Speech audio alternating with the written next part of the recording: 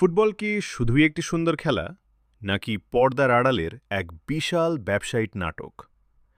বিশ্বকাপের আর্জেন্টিনা বনাম মিশর ম্যাচটি যেন সেই পুরনো ক্ষতে নতুন করে নুন ছিটিয়ে দিল।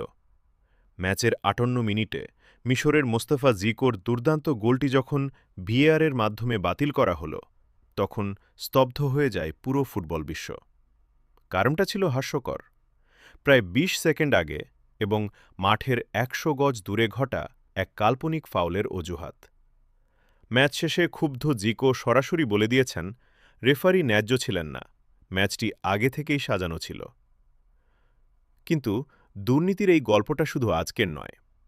ভক্তরা যখন ফিফার বিরুদ্ধে পক্ষপাতিত্বের অভিযোগ তুলছেন, তখন স্বাভাবিকভাবেই সামনে চলে আসছে মার্কিন গোয়েন্দা সংস্থা এফবিআই-এর সেই বিখ্যাত ফিফা গেট কেলেঙ্কারির কথা, যে তদন্তে মিলিয়ন মিলিয়ন ডলারের ঘুষ আর মানি লন্ডারিংয়ের সাথে সবচেয়ে বেশি জড়িয়েছিল আর্জেন্টিনার শীর্ষ ফুটবল কর্মকর্তা এবং স্পোর্টস মার্কেটিং কোম্পানিগুলোর নাম।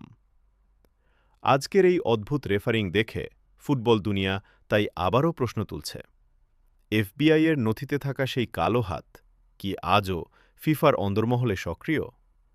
টুর্নামেন্টের জৌলুস ধরে রাখতে রেফারিদের কি ঢাল হিসেবে ব্যবহার করা হচ্ছে? মিশর হয়তো মাঠের লড়াইয়ে ৩-২ গোলে হেরে বিদায় নিয়েছে, কিন্তু এই ম্যাচ প্রমাণ করল ফিফার গায়ে লেগে থাকা দুর্নীতির দাগ এত সহজে মোছার নয়। আর এই সুন্দর খেলার আত্মায় পড়া দুর্নীতির ছায়া ভিএআরের চাইতেও অনেক বেশি অন্ধ। ভিডিওটি ভালো লাগলে লাইক আর সাবস্ক্রাইব করতে ভুলবেন না।